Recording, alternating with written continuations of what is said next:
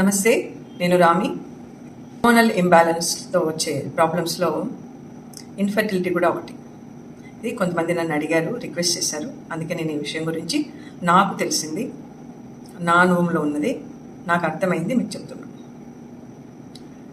Fertility అంటే ఒక కన్సెప్షన్కు ఉన్న ఎలిజిబిలిటీ అన్న ఒక డెఫినేషన్ ఉంది మనం ఇన్ జనరల్గా. కానీ యోగిక్ లాంగ్వేజ్లో మాట్లాడుకుంటే it is a reflection of inner balance, harmony and readiness.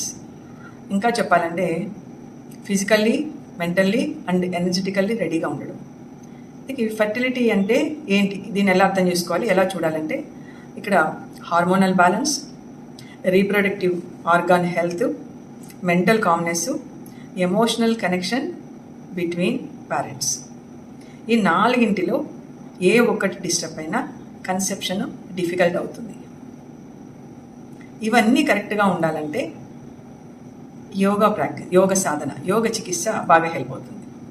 యోగ చికిత్స అంటే ఇన్నర్ అవేర్నెస్ తోటి కాన్షియస్గా చేసుకునే ఒక ప్రాసెస్. ఇది ఒక రైట్ గైడెన్స్లో ప్రాక్టీస్ చేసుకునే ఒక సాధన.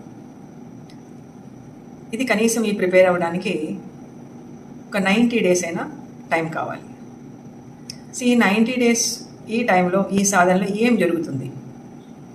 ఎగ్గు, స్పెర్మ్ క్వాలిటీ ఇంప్రూవ్ కావాలి.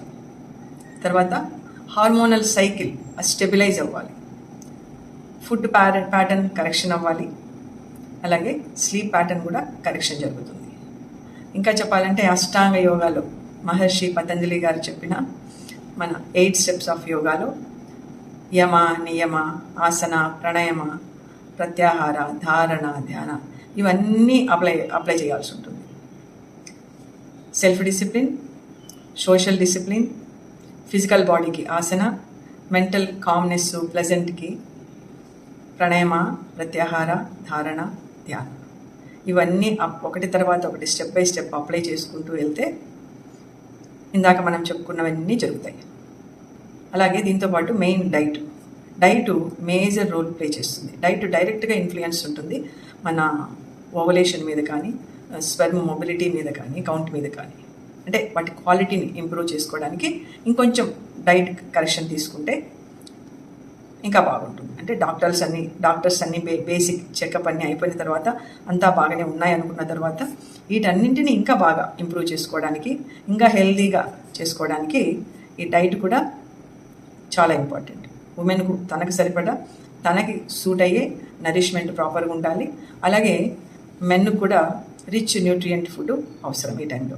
ఇక్కడ కుక్కుడు processed food, old food, cold food ఇవన్నీ ఖచ్చితంగా 100% దీన్ని అవాయిడ్ చేసేసేయాలి.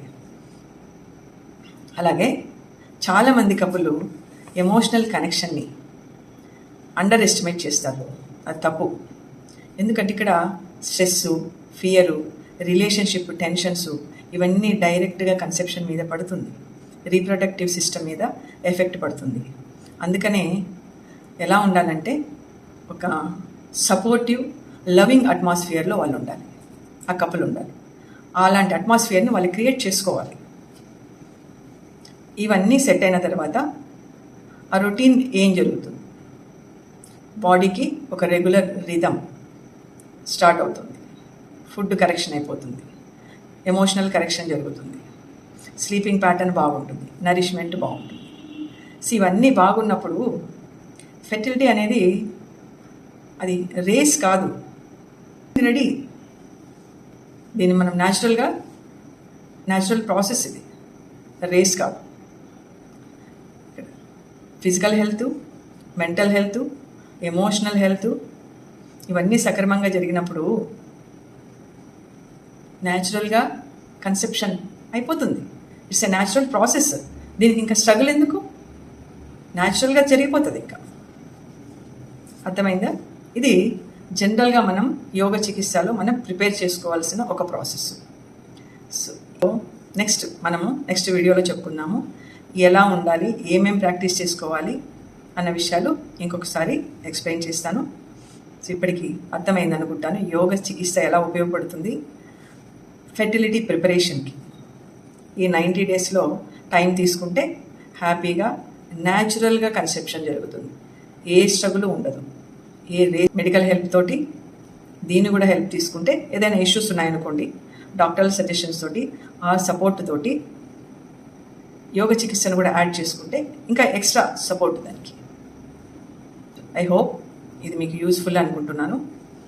Thank you.